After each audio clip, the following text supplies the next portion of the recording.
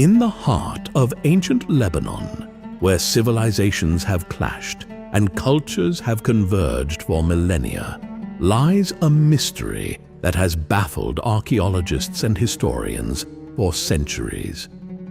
Baalbeck, a place where stones weigh more than jumbo jets, where precision engineering seems to defy the limits of ancient tools, and where whispers of forgotten technologies echo through the ages. Join us as we journey to this enigmatic site where the past refuses to remain buried. We'll delve into the secrets of the megaliths, explore the theories that attempt to explain their existence, and confront the enduring question: how did ancient builders achieve the impossible?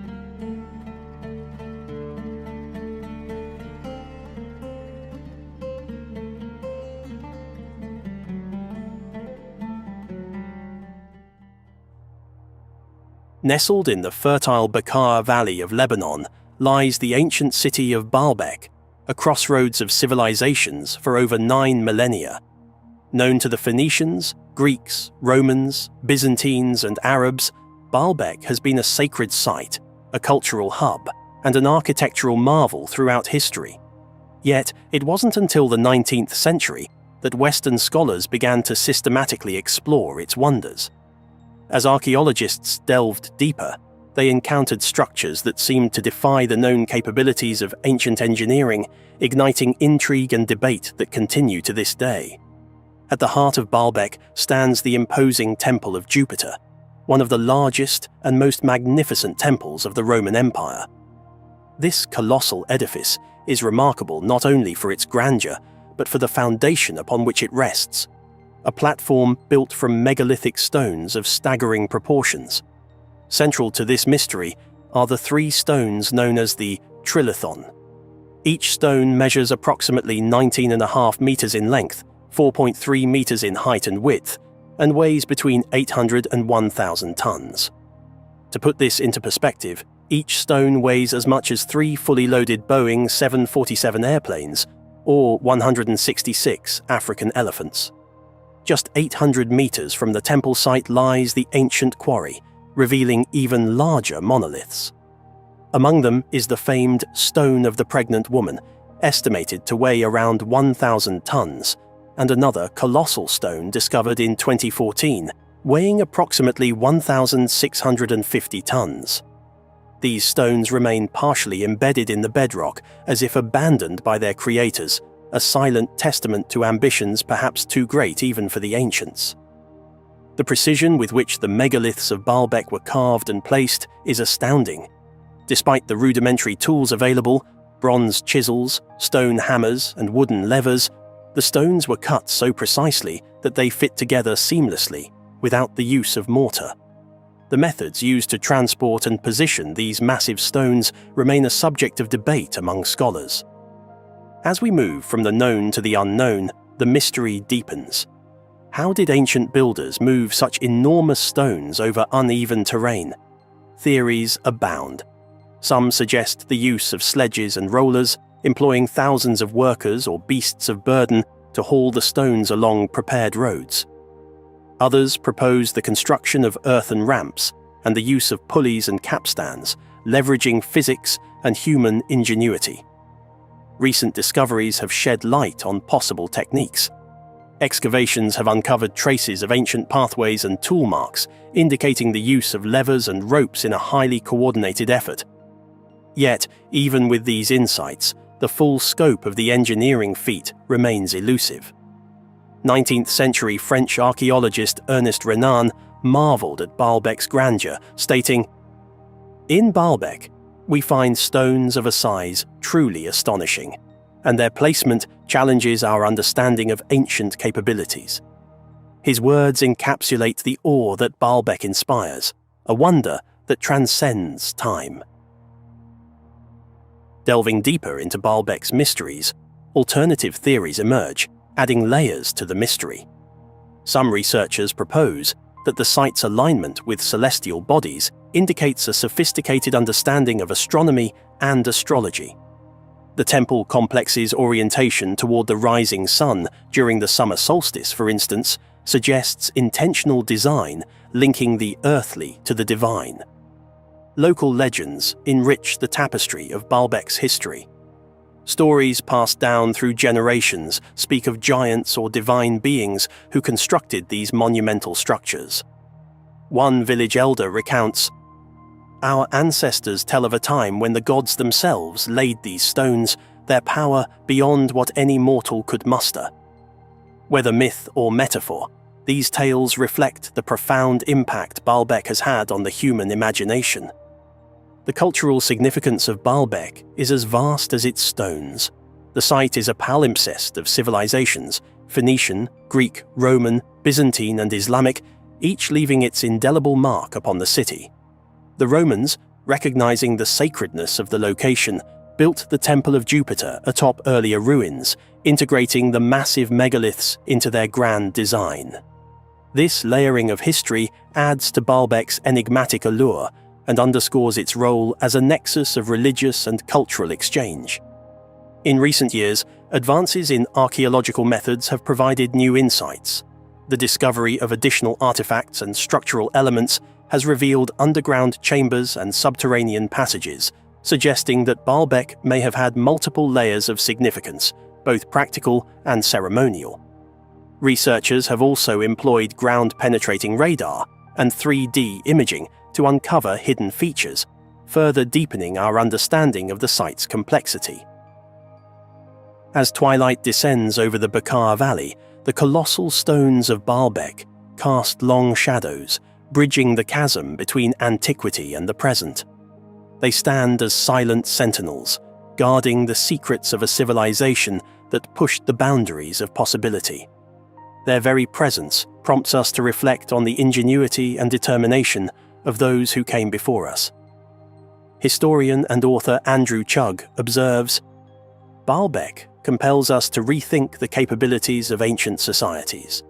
The scale and precision of its construction challenge our assumptions about what was possible in antiquity." His insights remind us that history often holds more surprises than we anticipate. Our exploration of Baalbeck's mysteries is ongoing. Each new discovery illuminates a fragment of the past while casting new shadows of uncertainty. Were these monumental efforts a testament to human determination alone? Or do they hint at knowledge lost to the annals of history? As we continue to investigate, Baalbeck remains an enduring symbol of human potential and the relentless quest to understand our origins. Systematic documentation of these megalithic structures began during a tumultuous period in Korea's history, the Japanese occupation from 1910 to 1945.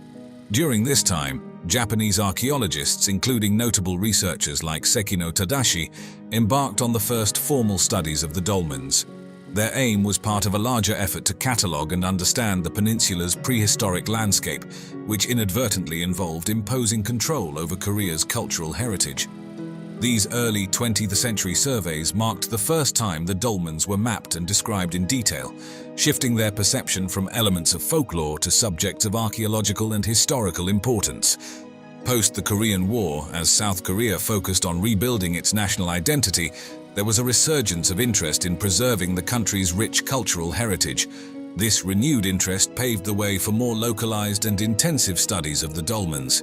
By the late 20th century, Korean archaeologists had started employing modern techniques such as radiocarbon dating, detailed site excavations, and even advanced technologies like 3D scanning and GIS systems. These tools allowed for a more precise understanding of the dolmen's age, construction methods, and their original use, enriching the appreciation of these ancient structures. This is not something that everybody knows. Carbon dating can only date organic material. It can't date stone. The turn of the millennium brought international recognition to this fascinating aspect of Korean heritage when several dolmen sites were designated as UNESCO World Heritage Sites. This prestigious status underscores the significant archaeological value of the dolmens and highlights their importance in understanding the prehistoric era on the Korean peninsula. Our understanding of prehistory must change.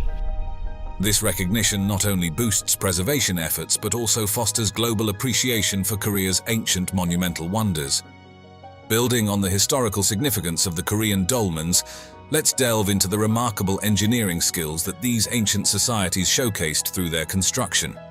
The transportation and assembly of these massive stone structures present a fascinating study of prehistoric engineering. The stones used in the construction of dolmens were often colossal, sometimes weighing several tons. Moving such heavy stones over long distances was a formidable challenge that required ingenious solutions. It is believed that the ancient builders used logs as rollers under the stones, a technique known as log rolling.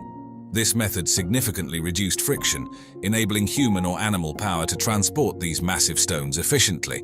This technique bears a striking resemblance to those used for constructing Stonehenge in England and the Moai statues of Easter Island, where similar log-based systems were employed to maneuver large stones across rugged terrains.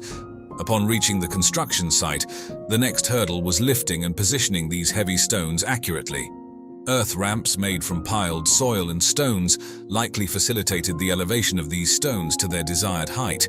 Alongside these ramps, levers and simple wooden frameworks would have been used to hoist the stones into position. The use of levers provided a mechanical advantage that allowed smaller groups to perform these monumental tasks, showcasing not only technical knowledge but also effective teamwork and resource management. The choice of stone was crucial for ensuring the durability and structural integrity of the dolmens. Granite, commonly used in these structures, was favored for its hardness and resistance to weathering, which speaks volumes about the ancient builders' understanding of material properties. The quarrying of these stones was a meticulous process that involved using harder stone tools, possibly made from basalt or even metal tools in later periods.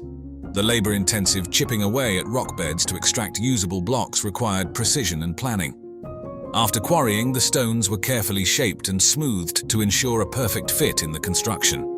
This involved not only large-scale shaping to create flat surfaces for the capstones, but also more detailed, finer work to guarantee the structural stability of the dolmen.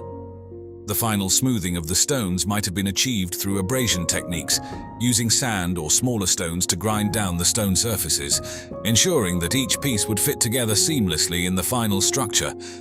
The strategic placement and precise alignment of these structures highlight a sophisticated knowledge of astronomy and engineering. We think it makes more sense, take the geology, take the astronomy. This monument has its origins 12,000 years ago. The dolmens were not simply erected in random locations, but were carefully placed to align with specific astronomical events, such as the solstices. This alignment suggests that the dolmens served dual purposes, not only as tombs but also as astronomical observatories. The precision required for such alignment indicates that the builders possessed an advanced understanding of astronomy and geometry, which is quite remarkable for any prehistoric society. The installation process of the dolmens also reflects an in-depth understanding of structural stability. The foundation pits for the upright supporting stones were dug deep into the ground, ensuring a secure base capable of supporting the massive weight of the capstone. This indicates a grasp of soil mechanics that was well ahead of its time. Furthermore, the upright stones were often positioned at a slight inward angle, a strategic choice that enhanced the stability of the structure by evenly distributing the weight of the capstone and improving the overall durability of the dolmen. When we compare these construction techniques with those used in ancient Egypt, we find interesting parallels and contrasts. Like the builders of the Egyptian pyramids, the creators of the Korean dolmens utilized ramps and levers to move and position large stones. However, the purposes and accessibility of these structures were quite different. While the Egyptian pyramids were primarily built supposedly as tombs for the pharaohs and the elite, signifying a hierarchical society, the Korean dolmens were more universally used across different strata of society. This thoughtful approach to the construction and placement of dolmens not only ensured their longevity, but also imbued them with significant astronomical value, making them an integral part of Korea's historical landscape.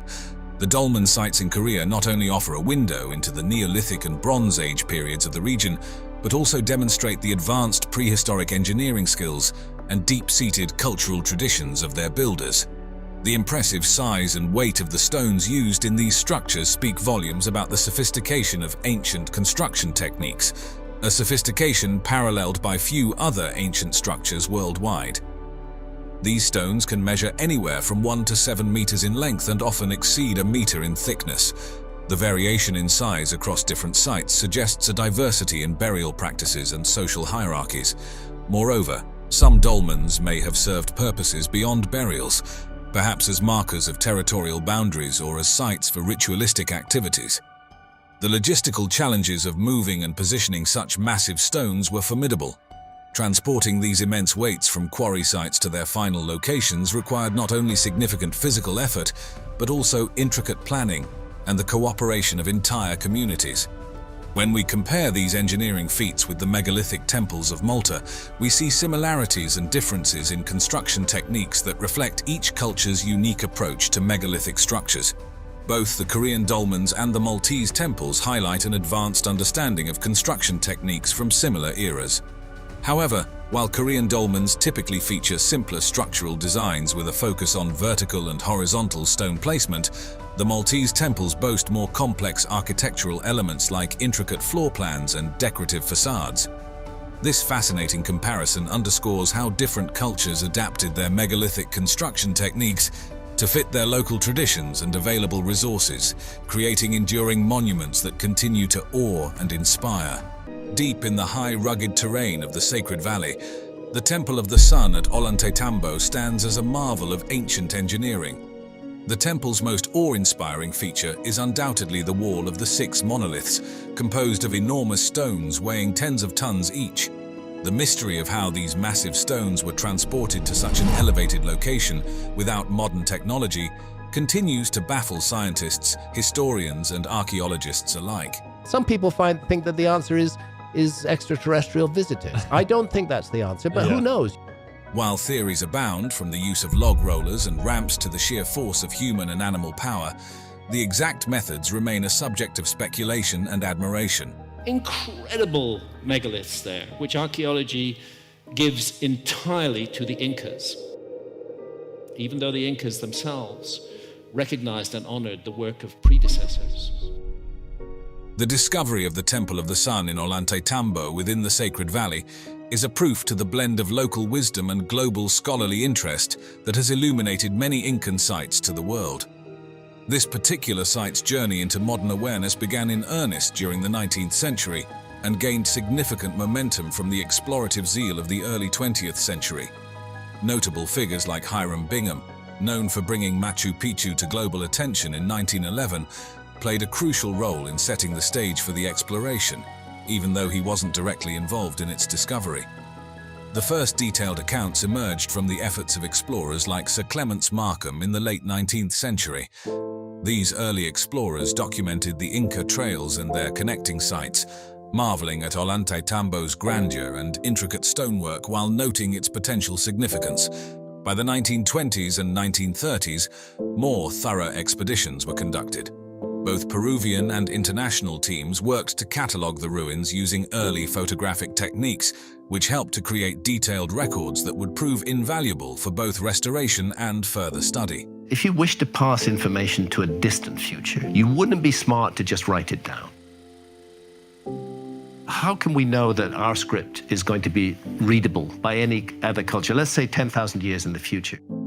The mid-20th century brought a surge of archaeological interest that introduced more scientific methods to the study of this ancient site. Beginning in the 1950s, archaeological teams started applying rigorous scientific techniques to their excavations, notably during the 1960s under the direction of American archaeologist John Rowe. His work was pivotal in contextualizing Ollantaytambo within the broader narrative of the Inca Empire's expansion and religious practices. These teams made significant technological advances, employing early photographic equipment and, later on, more sophisticated imaging techniques to analyze the alignment of the temple's stones. This was especially important for understanding the temple's role in relation to astronomical events, such as the solstices, which held considerable significance in Inca cosmology. On the summer solstice, you're going to see the sun rising far to the north of east. Go there on the winter solstice, you're going to see it far to the south of east. The local Quechua communities also played an essential role in the rediscovery and understanding of the Temple of the Sun. Their oral histories and legends, passed down through generations, spoke of the temple's celestial alignments and its role in Inca rituals. These stories often provided the missing links in understanding the site's function, highlighting the significance of specific stone placements and their relationship to Inca astrology. On many occasions, local stories guided archaeologists to specific parts of the site that had been overlooked or misunderstood. For instance, the legend of the Path of the Sun helped researchers identify and understand the importance of certain architectural lines that align with the sun during the winter solstice, further enriching our understanding of this magnificent site. That advanced civilization emerged out of shamanism itself. Shamans are very observant of the cosmos and of what is going on. Continuing our exploration of Ollantaytambo's fascinating features, let's delve into the marvel of the Wall of the Six Monoliths. This structure is a stunning testament to Inca engineering and architectural skill, comprising 6 massive stones, each carved with incredible precision. The craftsmanship is so meticulous that the joints between the stones are practically invisible, often said to be so tight that not even a piece of paper can slide through. The construction process of this wall was no small feat. The Incas employed sophisticated stoneworking techniques honed over generations. The stones, sourced from quarries several kilometers away, required a complex logistical effort to transport. While the exact methods remain a subject of debate among historians, theories include the use of log rollers, llamas, and substantial human labor. Upon arrival at the site, these stones were shaped with great care to fit together seamlessly, using a technique known as ashlar masonry, which involves cutting stones to fit without the need for mortar. This not only enhanced the wall's aesthetic and structural integrity, but also its resilience against the region's frequent earthquakes. Understanding the geological and architectural principles was crucial for the construction of such a structure. The Inca builders meticulously selected types of stone for their durability and resistance to weathering. The strategic alignment and interlocking of the stones added to the wall's stability, effectively distributing seismic forces across the structure rather than concentrating them at any single point. Adding to the mystique of the Temple of the Sun is its status as an unfinished monument. The construction was abruptly halted, marked by a chaotic scene where tools and materials were left scattered around the site. Large, partially carved stone blocks still lie around the site, painting a vivid picture of a sudden and dramatic cessation of work. This snapshot in time provides a unique window into the Inca construction techniques and the meticulous planning that characterized their building processes. Is knowledge preserved and passed down through the ages? Yes, I think it is. To truly appreciate the enormity of the Wall of the Six Monoliths, consider that each stone could weigh as much as 50 tons. This scale is comparable to the weight of 10 large African elephants or about 35 compact cars. Such comparisons not only highlight the ingenuity of the Inca builders, but also help us grasp the sheer scale of their architectural achievements. While exploring the impressive architectural feats of the Incas, another fascinating element at Ollantaytambo is the water mirrors near the Temple of the Sun. These reflective pools serve as a testament to the Incas' refined engineering and deep astronomical knowledge. Crafted to manipulate natural elements for both practical and ceremonial purposes, these water mirrors showcase a profound understanding of the environment. The design of these water mirrors was both ingenious and purposeful. The bases were made of flat, smooth stones polished to a high sheen, enhancing their reflective properties. The edges of the pools were lined with precisely cut stones, ensuring the water remained still and perfectly mirrored the sky above. The primary function of these mirrors was to observe and track celestial bodies, aiding the Incas in determining critical agricultural and calendrical periods.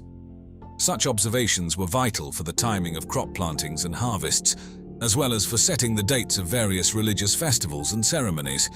The Incas demonstrated advanced hydraulic skills in constructing these water mirrors. They expertly channeled water from nearby rivers or springs through a complex system of aqueducts, ensuring a continuous flow into the mirrors throughout the year. This capability highlights their profound mastery of water management, which was essential for the functionality of the mirrors. The importance of these water mirrors came to light again in the late 20th century when they were rediscovered during a detailed archaeological survey. Covered by overgrowth and filled with debris for centuries, the mirrors were largely forgotten until the 1990s. Archaeologists using ground-penetrating radar and traditional excavation techniques found anomalies in the soil that led to the uncovering of these structures. Restoring them posed significant challenges. The process involved delicate procedures to clear the vegetation and debris without damaging the ancient stonework. Specialists in stone conservation were tasked with repairing cracks and replacing missing stones, using materials and techniques that matched the original Incan craftsmanship. An interesting parallel can be drawn between these Incan water mirrors and the Roman impluvium, water features central to Roman atrium houses designed to collect rainwater. While both cultures utilized architectural features involving water for practical purposes, the Incas took it a step further by integrating their water mirrors into their spiritual and astronomical practices, significantly differing from the Romans' primarily domestic use. This comparison highlights not only the universal human fascination with reflective surfaces in architecture across different cultures, but also the unique adaptations of such features to meet specific cultural needs and beliefs. The Kaimanawa Wall, located in the dense Kaimanawa forest of New Zealand's North Island, has long been a subject of intrigue, sparking debates and inspiring numerous theories about its origin. There's two schools of thought at the moment. One that it's a natural occurrence, and one that the blocks of rock have been placed here by some early civilization. The wall's discovery and subsequent study have raised more questions than answers, fueling speculation about its purpose and the people who might have built it, if indeed it is man-made at all. They have said that this is beyond our time. They were here 2,000 years ago and were brought here by people. The Kaimanawa Wall was first brought to public attention in the early 1990s by Barry Brailsford, a historian and author with a deep interest in New Zealand's indigenous cultures. Brailsford, along with a small team of explorers, stumbled upon the structure while investigating local Maori legends that spoke of ancient stone constructions hidden deep within the forest. However, the wall's existence had likely been known to local hunters and bushmen for some time, as the area was popular for hunting and trekking. The wall itself is a roughly 10-meter tall structure composed of large, smooth megalithic stone blocks, seemingly fitted together with precision. The blocks, which appear to be rectangular and meticulously arranged in horizontal courses, resemble the kind of stonework associated with ancient megalithic structures found in other parts of the world, such as the Inca walls of Sacsayhuaman in Peru or the Cyclopean walls of Mycenae in Greece. And the rocks themselves bend in a sort of a semicircle around. It may be the shape of some sort of structure. What makes the Kaimanawa Wall so mysterious is the uncertainty surrounding its origins. Unlike other megalithic structures around the world, which have been studied extensively and often linked to known ancient civilizations, the Kaimanawa Wall exists in a region with no known history of large-scale stone construction. The indigenous Maori people, who have inhabited New Zealand for over 1,000 years, are not known to have built anything resembling this kind of stonework. This has led to much speculation about the wall's builders, with theories ranging from a forgotten pre-Maori civilization to natural geological formations misinterpreted as man-made. When Brailsford and his team first reported the wall, they were met with skepticism from the academic community. Many geologists and archaeologists were quick to dismiss the wall as a natural formation, arguing that the stones were simply a result of volcanic activity, with natural processes such as erosion and faulting giving the appearance of man-made construction. However, this explanation did little to quell the public's fascination with the wall, and amateur archaeologists and alternative historians began to propose more exotic theories. One of the most intriguing aspects of the Kaimanawa Wall is the precision of the stonework. The blocks are estimated to be up to 2 meters long, 1 meter high, and 1 meter deep, with some weighing several tons. The largest blocks are comparable in size to those used in the construction of Stonehenge or the Great Pyramid of Giza, leading to speculation that they could not have been moved or placed without advanced technology or the coordinated efforts of a large workforce. Despite the skepticism,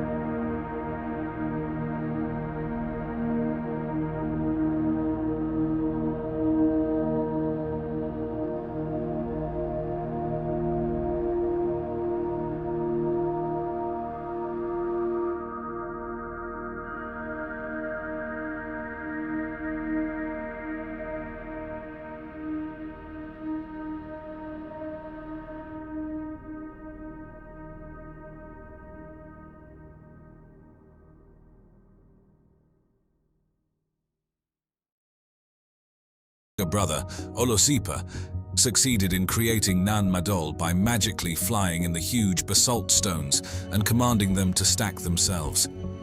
This narrative infuses the site with a deep mystical significance, suggesting that the city was more than a political and ceremonial center, but also a place imbued with supernatural power.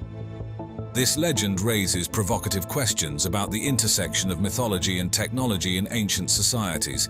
How did such stories influence the construction and organization of Nan Madol? Were these legends an attempt to rationalize the extraordinary engineering feats achieved with the resources and knowledge available at the time? Or do they point to something deeper? Building on our previous discussion of Nan Madol's history, it's equally fascinating to delve into the architectural and engineering feats that define this ancient marvel. Nan Madol's construction not only displays extraordinary prehistoric engineering prowess, but also aligns with the complexities seen in some of the most famous ancient sites worldwide. The design and execution demonstrate a sophisticated knowledge of architecture, logistics, and natural resource management that is impressive even by contemporary standards. The engineering challenges began with establishing a stable foundation directly on coral reefs, a challenging environment due to the soft, unstable substrate and exposure to tidal fluctuations. To overcome these challenges, builders constructed nearly 100 artificial islets across more than 200 acres, meticulously positioning huge stones on the shallow reef to withstand the forces of the ocean. The primary building material was columnar basalt, chosen for its natural, pillar-like formation. The largest of these stones could measure up to 7.5 meters in length and weigh up to 50 tons, roughly the equivalent of a fully loaded tractor trailer or a large modern tank. The total volume of basalt and coral fill used in creating the islets is estimated to be in the hundreds of thousands of cubic meters. Transporting and positioning such immense volumes required not only significant labor but also precise planning. One of the site's greatest mysteries is how these massive basalt logs were moved several kilometers without the use of wheels, a technology not known to exist in prehistoric Micronesian cultures. An interesting theory suggests that the builders might have utilized the buoyant properties of bamboo rafts to float these massive stones across the lagoon, a method that would have alleviated weight issues and provided a feasible means to transport heavy loads across water. The construction of Nan Madol shares some intriguing parallels with other monumental projects like the Great Wall of China, which also required adapting construction techniques to challenging environments. Both the Great Wall and Nan Madol showcase the ingenuity of their respective builders in using available materials and innovative methods to overcome environmental challenges. Another fascinating theory about Nan Madol involves the potential use of a natural cement or geopolymer, similar to methods speculated to have been used in the construction of the Egyptian pyramids. While there is no direct evidence for this at Nan Madol, the precision fit of the stones suggests that some form of binding agent might have been employed to secure the structures against the forces of the tide. As previously mentioned, Nan Madol was meticulously planned as a series of approximately 100 artificial islets spread across more than 200 acres of a tidal lagoon. These islets were connected by a network of canals serving dual purposes.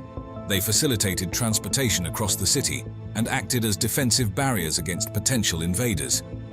This strategic use of the aquatic environment for defense can be likened to ancient moated structures but executed on a far grander scale. Each islet was clearly differentiated by function, with distinct zones for the elite commoners and ceremonial activities, reflecting a highly stratified society, where social status dictated spatial occupation within the urban layout. The elite's residences were strategically placed to offer both privacy and protection, often located on the more central islets which were better defended and closer to the ceremonial centers. These areas featured larger structures and more elaborate basalt log constructions. The ceremonial islets, particularly those like Nan Dowas, were the focal points of the city. Nan Dowas itself is an engineering marvel, featuring walls over 8 meters high and 5 meters thick, constructed entirely from huge basalt logs. These logs were fitted together without mortar, relying on their massive weight and the puzzle-like fit of their hexagonal shapes to create stability. Nan Dowas housed the tombs of the Sordala rulers, making it a key place of power and significance. The design of Nan Madol suggests that it served not only as a tomb area, but possibly also as a site for major ceremonial gatherings and the enactment of important rituals, which reinforced the ruler's divine status and their control over society. Comparing Nan Madol with other ancient constructions offers interesting insights.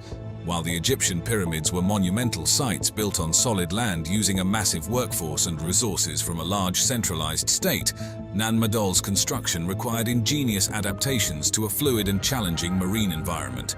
Yet, both sites demonstrate the capacity of ancient societies to mobilize and manage large-scale resources over generations. The strategic use of water in Nan Madol's design is also reminiscent of medieval European castles with moats, which used water as a natural defensive barrier to protect against sieges, albeit in very different contexts. The use of naturally hexagonal columnar basalt at Nan Madol not only facilitated the physical construction process, but also enhanced the structural integrity of the buildings. This choice of material and the method of construction likely contributed to the site's longevity, as these stones interlock naturally, creating a more resilient structure against natural elements, especially in a saltwater environment. What if the largest city of the ancient world lay hidden beneath the dense jungles of Southeast Asia? Its colossal structures and intricate artistry forgotten by time.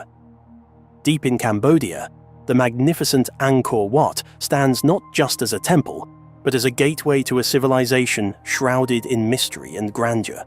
In 1860, French explorer Henri Mouhot ventured into the uncharted forests of Cambodia. Amidst the towering trees and tangled vines, he stumbled upon something extraordinary: a sprawling temple complex with soaring spires and exquisite carvings. Astonished, he wrote, "One of these temples, a rival to that of Solomon and erected by some ancient Michelangelo, might take an honorable place beside our most beautiful buildings." His discovery of Angkor Wat unveiled to the Western world a civilization whose achievements rivaled the greatest empires known. Angkor Wat is the largest religious monument on Earth, covering over 162 hectares. Built in the early 12th century by King Suryavarman II, it was dedicated to the Hindu god Vishnu before transforming into a Buddhist temple. The temple's 5 central towers symbolize the peaks of Mount Meru, the sacred mountain at the center of the Hindu universe. Its walls are adorned with over 2,000 intricately carved apsaras, celestial dancers, each one unique, capturing moments of divine grace and beauty. But Angkor Wat is just the beginning. Nearby lies Angkor Thom, the last capital of the Khmer Empire, established by King Jayavarman VII. At its heart stands the enigmatic Bayon Temple, famous for its massive stone faces gazing serenely in all directions.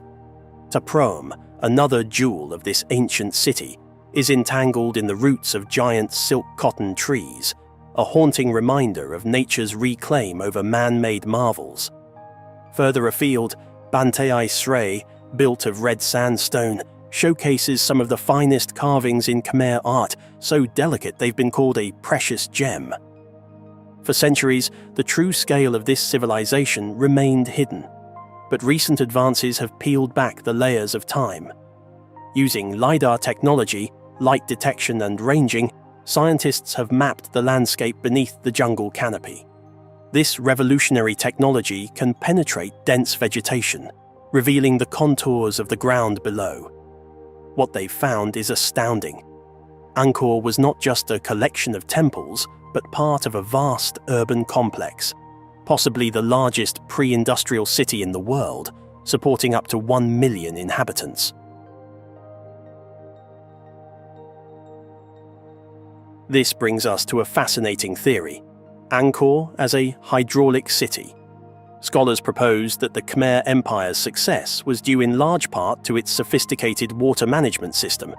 Massive reservoirs called barays, some measuring 8 kilometers long and holding up to 50 million cubic meters of water, collected and distributed water through an intricate network of canals, moats, and spillways.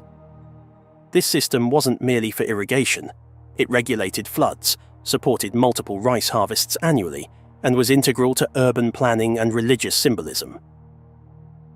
Imagine the ingenuity required to build such a system without modern machinery. The Khmer engineers demonstrated a deep understanding of hydrology and engineering. The West Beret and East Beret were marvels of their time, enabling the cultivation of multiple rice crops per year and supporting a thriving population. The canals connected temples, residential areas, and farmlands, reflecting a city meticulously planned with both practicality and spirituality in mind. But how were the colossal stones of Angkor Wat transported and assembled? The primary material was sandstone from the Kulin Hills, located about 40 kilometers away. Over 5 million tons of stone were quarried, a monumental task. The Khmer devised an ingenious solution. They utilized the waterways. During the rainy season, when water levels were high, stones were loaded onto rafts made from buoyant bamboo and logs. These rafts floated down the Siem Reap River and through a network of canals directly to the construction site. The artistry didn't stop with construction. The temple walls are alive with bas-reliefs depicting mythological scenes, battles, and daily life. Nearly 1,000 square meters of these carvings tell stories from the Ramayana and Mahabharata, bringing to life gods, demons, and heroes. Each Apsara carving is unique, showcasing the high level of artistic expression and attention to detail that defined Khmer craftsmanship. Yet, despite all this sophistication, the Khmer Empire eventually declined. Environmental changes offer some clues. Studies suggest that prolonged droughts followed by intense monsoons in the 14th and 15th centuries may have overwhelmed the hydraulic system. The very infrastructure that supported their rise could not adapt to drastic climate variability, leading to agricultural failure and weakening the empire's stability. The use of LiDAR has not only revolutionized our understanding of Angkor, but has also transformed archaeology globally. Similar technology has uncovered hidden Mayan cities in Guatemala and unknown structures around Stonehenge in the United Kingdom. By revealing what was once invisible, LiDAR allows us to rediscover lost chapters of human history. UNESCO has called Angkor one of the most important archaeological sites in Southeast Asia. It's more than ruins. It's a living chronicle of a civilization's zenith, ingenuity, and complex relationship with the environment. As we delve deeper, we uncover lessons about sustainability, innovation, and the impermanence of even the greatest human achievements. So, what if the true legacy of Angkor Wat isn't just in its stones and carvings, but in the questions it raises about our own civilization? In understanding how the Khmer Empire harnessed nature, celebrated art, and built monuments that touch the sky, we might find insights into how we shape our world today. The secrets of Angkor Wat continue to be unearthed, each discovery peeling back another layer of this enigmatic empire. It's a reminder that history is not just a record of the past, but a mirror reflecting timeless aspects of the human spirit, the drive to create, to explore, and to leave a lasting mark on the world. The Sage Wall in Montana is a fascinating discovery that has captured the attention of paleontologists and fossil enthusiasts. It's explained away as a dike or a geological formation, but it has a lot of different features to it that are not typical of dikes. Discovered in 2001 by a team of paleontologists led by Dr. Sarah Johnson from the University of Montana, this significant find was actually stumbled upon by accident. The team had been investigating a nearby site known for its dinosaur fossils. On their way back to base camp after a long day of excavation, one of the team members, Dr. Mark Stevens, noticed an unusual rock formation partially exposed on a hillside. Upon closer inspection, they realized they had uncovered an extraordinary fossil-rich formation. Located within the Judith River Formation in the state of Montana, the Sage Wall sits in a region known for its abundant deposits of late Cretaceous fossils. The exact coordinates of the Sage Wall are kept confidential to protect the site from vandalism and unauthorized fossil collecting, but it is situated near the Missouri River. This picturesque backdrop adds to the allure of this significant paleontological site. If you're in the area or you want to see something which is mind-blowing, come to this site. Absolutely. This is incredible. The Sage Wall dates back approximately 75 million years to the late Cretaceous period, an era characterized by a warm climate, high sea levels, and the dominance of dinosaurs on land.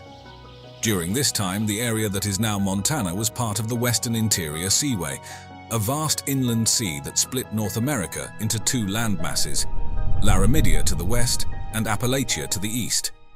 This seaway played a crucial role in the geological and ecological dynamics of the region. This natural rock formation is primarily composed of sandstone and mudstone, which were formed through the deposition of ancient river sediments over millions of years. These sediments were carried by ancient rivers and streams from nearby mountainous regions, accumulating in layers that were eventually compressed and cemented into solid rock through the process known as lithification. The Sage Wall itself is an impressive geological structure, standing approximately 50 feet high and extending about 200 feet in length. The individual stones within the wall vary greatly in size, with some large blocks weighing several tons. These massive stones were likely transported by powerful ancient river systems, moved by significant water flows during periods of heavy rainfall or seasonal flooding. This site is particularly noted for its high concentration of dinosaur fossils. Additionally, the site has yielded significant plant fossils, providing insights into the ancient ecosystem of the late Cretaceous period. Key discoveries include a nearly complete juvenile hadrosaur skeleton and a small theropod with evidence of feathers, offering valuable information on dinosaur diversity, behavior, and evolution. The Sage Wall, while impressive in its structure, is a result of natural geological processes rather than human construction. The orderly deposition of sediments and the presence of natural cementing minerals align with known natural geological activity over millions of years, emphasizing its natural origin. While the Sage Wall's impressive structure might suggest a man-made or even mythical origin, such as being built by giants, all evidence points to it being a natural formation. It could simply be totally natural, a freak of nature, so to speak. But part of me, when I first look at it, that gut impression is like, oh, come on, this has to be more than just natural. The layering, composition, and fossil inclusions within the wall align with known geological processes that occur over millions of years. The orderly deposition of sediments and the presence of natural cementing minerals indicate that the wall is a product of natural geological activity, rather than human or mythical intervention. The Sage Wall is famous for its hadrosaur fossils, which include numerous bones and teeth. This specimen, along with others, underscores the importance of the Sage Wall as a window into the past, offering a detailed look at the ancient life that once thrived in what is now Montana. The Sage Wall has also yielded fossils of horned dinosaurs, such as ceratopsians. These fossils include skull fragments, horns, and teeth, offering insights into the anatomy and behavior of these herbivorous dinosaurs. The discovery of theropod fossils, including relatives of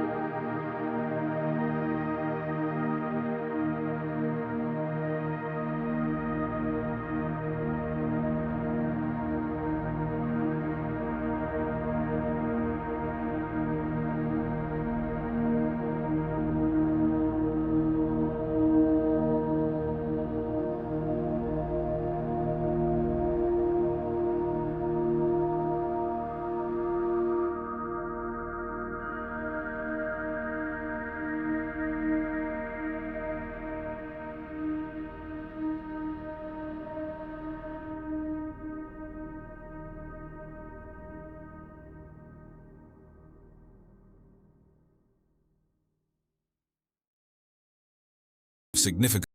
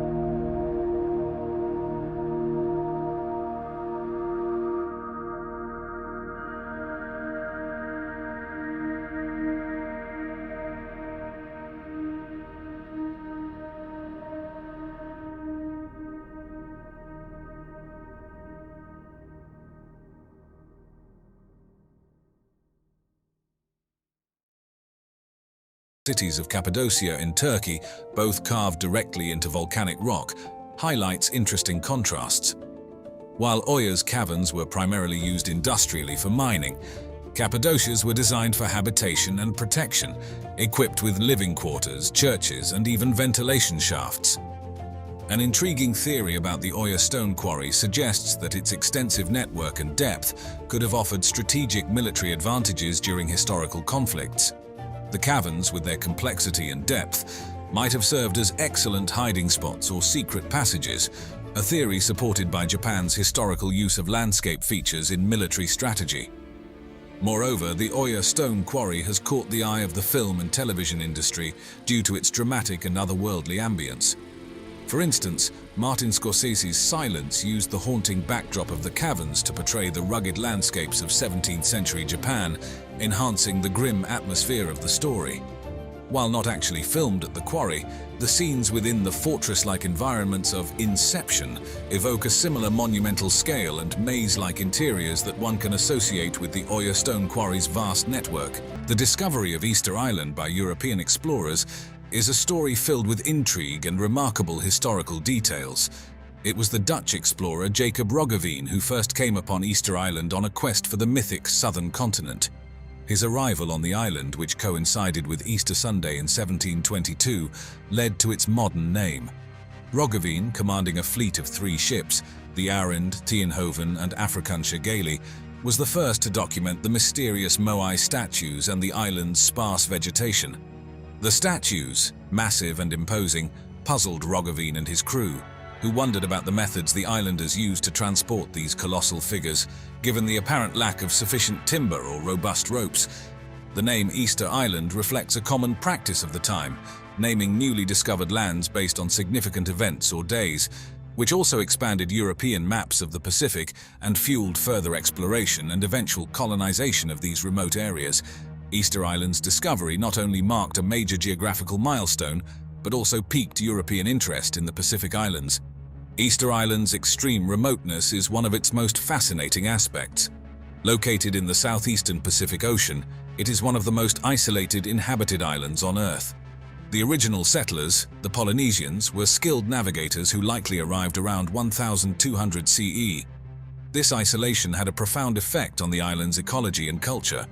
Initially rich in flora, human settlement led to significant deforestation, altering the island's ecological balance. Over centuries, the isolation shaped a unique cultural evolution, marked by distinct architectural and artistic achievements, including the creation of the Moai. These statues were not merely artistic expressions, but were integral to the social and religious life on the island, embodying ancestors and serving as protectors of the communities. Moreover, the island's location made it an ideal place for astronomical observations.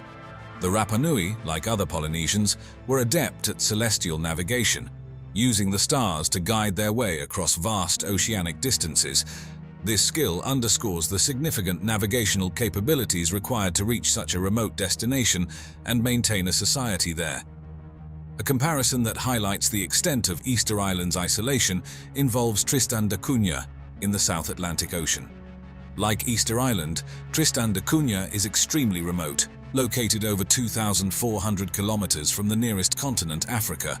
However, Easter Island's isolation is even more pronounced, with its closest inhabited neighbor, Pitcairn Island, over 2,000 kilometers away, and the nearest continental point in Chile nearly double that distance. This comparison not only emphasizes the vast distances involved, but also the remarkable navigational skills that allowed the Polynesians to settle and thrive on Easter Island, profoundly shaping its unique cultural and ecological development through centuries. The Moai statues of Easter Island are not only a testament to the island's rich cultural heritage, but also stand as some of the most iconic archaeological features in the world.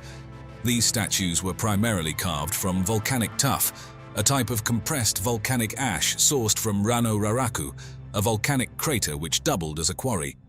This material, though softer and easier to carve, required delicate handling to avoid damage. The native carvers used tools made from a harder type of rock, basalt, known locally as toki, to shape these magnificent figures. The diversity in size and design of the nearly 900 Moai is striking. They range from modest figures about 1 meter tall to towering giants that reach up to 10 meters and weigh over 80 tons. Some of the unfinished statues at the quarry suggest that the Moai could have reached even greater sizes, with the largest estimated to be about 21 meters tall. These statues were not just isolated pieces of art, but were typically mounted on stone platforms called ahu, which lined the island's coastline. Far from mere pedestals, these ahu were sacred sites, often embedded with burial chambers for the elite, and were central to the spiritual and communal life of the Rapa Nui people. Interestingly, not all Moai face inland. While the majority do, overseeing the villages and supposedly watching over their inhabitants, some face the ocean. This orientation may have had different symbolic or practical purposes, such as marking territorial boundaries or serving as navigational aids. The most spiritually significant aspect of the Moai was their eyes, made from coral with either obsidian or red scoria pupils, inserted only during special ceremonies to imbue the statues with mana, a spiritual force believed to protect and benefit the community. These imposing figures represented the deified ancestors of the Rapa Nui, believed to provide spiritual strength and maintain a connection with the spirit world. More than mere representations, the Moai were considered actual embodiments of these ancestors, imbued with a potent presence. The construction and erection of these statues likely served a competitive function among the island's various tribal groups, with leaders, known as ariki, sponsoring these statues to establish and legitimize their authority and to demonstrate their ability to mobilize community resources. Moreover, the Moai played a significant role in unifying the island's population, with shared religious beliefs and communal participation in their construction and transport reinforcing social cohesion and cultural identity. It is enlightening to compare these statues to the colossal heads sculpted by the Olmec civilization in Mesoamerica. Like the Moai, the Olmec heads were massive stone sculptures representing human faces, carved between 900 BCE and 400 BCE. These heads are believed to portray rulers or other significant figures, fulfilling roles of political or religious symbolism similar to those of the Moai. Despite being created by cultures separated by thousands of kilometers and many centuries, both the Moai and the Olmec heads underscore the universal use of monumental statuary to express power, authority, and religious significance across disparate human societies. This comparison highlights the remarkable ways in which different cultures have utilized monumental sculpture to convey and preserve their legacies. The Moai statues of Easter Island are not only a testament to the island's past civilizations, but also a window into the impressive capabilities and daunting challenges faced by the Rapa Nui people. These iconic statues were meticulously carved from volcanic tuff, a material sourced from the Rano Raraku quarry. Artisans used basalt stone tools to carefully outline and then gradually detach the Moai from the rock face, a painstaking process that could span months or even years depending on the statue's size. Transporting these colossal figures to their final resting places on the island's Ahu was an engineering feat that continues to fascinate historians and archaeologists today. Several theories have been proposed about how the Rapa Nui might have moved the Moai. One theory suggests the use of wooden rollers, which would have required significant deforestation. Another posits that the statues were placed on sledges that slid over logs or greased wooden tracks. However, perhaps the most captivating theory is that the statues were walked to their locations using ropes in a rocking motion, a method supported by recent experimental archaeology. These experiments have successfully demonstrated that a replica Moai could be moved by a few dozen people using ropes, providing evidence that this could explain the minimal wear on the bases of transported statues and the absence of extensive drag marks. As the demand for larger and more statues grew, the environmental impact became increasingly severe. The extensive use of wood for transport methods contributed to deforestation, exacerbating soil erosion and reducing the island's capacity to build canoes, essential for fishing and transportation. This environmental strain, coupled with intense social demands to build and transport these massive figures, likely put considerable stress on the social fabric of the island, intensifying competition among clans and leading to conflicts and warfare. The situation worsened with the arrival of Europeans in the 18th century, who brought with them diseases to which the Rapa Nui had no immunity. This, along with the removal of some Moai by European explorers and colonists, severely impacted the island's demographic and cultural landscape. Amidst these challenges, an interesting theory emerged suggesting that the construction of the Moai was a form of ecological overreach. This theory posits that the competitive construction of ever larger statues led to unsustainable practices, such as the overharvesting of essential natural resources. This ecological overreach may have triggered a vicious cycle of environmental degradation, resource shortages, social upheaval, and population decline, serving as a stark reminder of the potential consequences when cultural ambitions clash with environmental limits. This narrative underscores the delicate balance between cultural achievements and ecological sustainability, a balance that, once lost, can lead to the decline of an entire civilization. Nestled in the verdant landscape of County Meath Island, Newgrange stands as one of Europe's most enigmatic prehistoric monuments. This ancient passage tomb, part of the larger Brú na Bwan complex, is renowned for its precise alignment with the winter solstice sunrise. On the summer solstice, you're going to see the sun rising far to the north of east. Go there on the winter solstice, you're going to see it far to the south of east. Constructed over 5,000 years ago, Newgrange has captivated scholars and visitors with its mysterious origins, intricate megalithic art, and its dual role as a ceremonial site and burial place. Its discovery and study have peeled back the layers of Neolithic society, revealing their engineering prowess and deep spiritual and astronomical understandings. And that's why we get the astrological ages. Again, mainstream science sneers at these things. Interestingly, while Newgrange was known to the local population of the Boyne Valley, it didn't capture the attention of scholars and historians until much later. To think that somebody was here 5,000 years ago, I think it must be as close to immortality as you could hope to get to. The journey of rediscovering Newgrange began before the scholarly world took an interest, when it was merely part of the local folklore and agricultural landscape. It wasn't until the late 17th century that it started to draw scholarly eyes, notably through the works of Sir William Wilde in the 19th century. Wilde, better known as the father of playwright Oscar Wilde, was an accomplished antiquarian who documented various archaeological sites across Ireland. His works laid the groundwork for future explorations, though the most pivotal moment for Newgrange came in 1699 during an everyday activity: road construction. A lot of archaeology that gets done doesn't get done because of a targeted search. It may be because a dam is being built or a new highway is being built. The landowner, Charles Campbell, needing stones for building a road, directed his workers to the large mound on his property. As they dug into the mound, they unexpectedly broke through to a main passageway, unveiling the entrance to what they would soon realize was an ancient passage tomb. This accidental breakthrough led the workers to explore the inner chambers and passageways, where they discovered human bones and possible grave goods, suggesting that the site was used as a burial ground. These initial, albeit informal excavations began to reveal the megalithic art and the structural complexity that Newgrange housed. I can't help thinking time capsule, that there was an intention to preserve this. Recognizing the potential importance of the site, Campbell made initial records of the discoveries. However, these records were quite rudimentary and didn't capture the full archaeological value of the site. As word spread, Newgrange began attracting visitors and curiosity seekers by the early 18th century, turning it into an early form of a tourist attraction. These early tourists left behind accounts that provide a valuable perspective on the site's condition and the public perception over the centuries.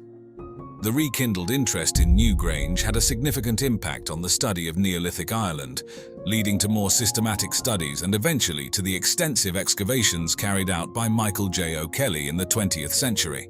First of all, Professor, how did this great big stone and so many of them get up here? Many of these big stones were lying about on the land surface since the end of the Ice Age. An interesting comparison can be drawn between the rediscovery of Newgrange and the uncovering of Pompeii in 1748, where workers constructing a palace for the King of Naples accidentally stumbled upon the remains of the city, buried since 79 AD by volcanic ash from Mount Vesuvius. Both discoveries, made during routine construction, opened windows into ancient civilizations, offering unprecedented insights into their daily lives, spiritual beliefs, and practices. However, while Pompeii provides a snapshot frozen in time, Newgrange offers a glimpse into a far older, less understood epoch spanning several millennia, bridging our modern world with the deep past of ancient societies. As we delve deeper into the mysteries of Newgrange, it's clear that this ancient site holds more than just historical significance. It serves as a testament to the evolutionary journey of archaeological interpretation itself. Beginning in the 19th century, Newgrange started to capture the scientific imagination thanks to its enigmatic allure and the intricate carvings adorning its stones. Early archaeologists and antiquarians meticulously documented the site, establishing a detailed record of its dimensions.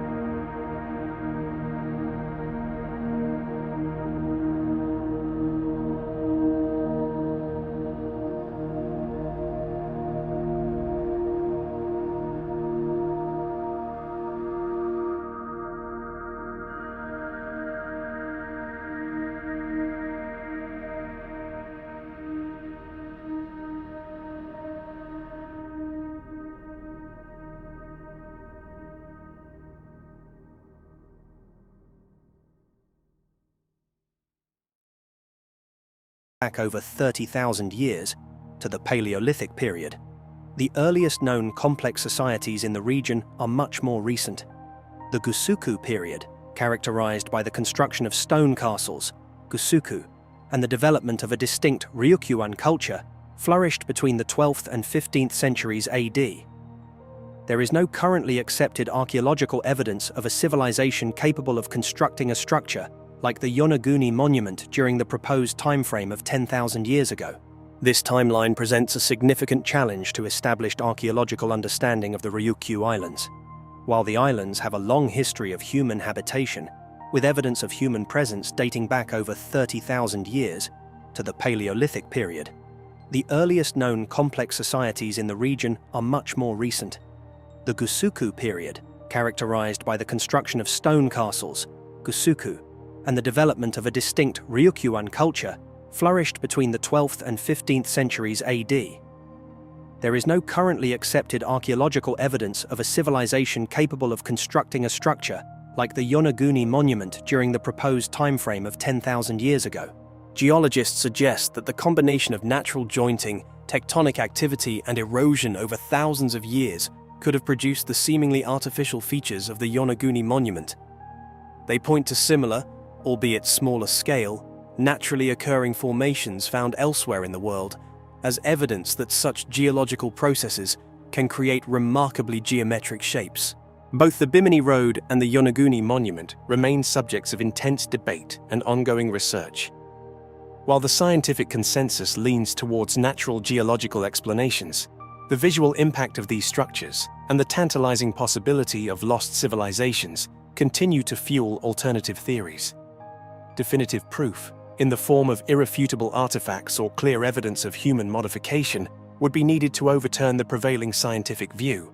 These underwater mysteries serve as a powerful reminder of the vastness of our oceans and the limitations of our current knowledge. They highlight the importance of continued exploration and open-minded scientific inquiry. The possibility, however remote, that these sites represent a radically different understanding of human history, a prehistory extending far beyond our current understanding, keeps the questions alive and underscores the enduring human fascination with our origins and the potential for groundbreaking discoveries that could rewrite the story of our past. The continued study of these sites, employing advanced technologies and interdisciplinary approaches, may yet reveal secrets that have been hidden beneath the waves for millennia.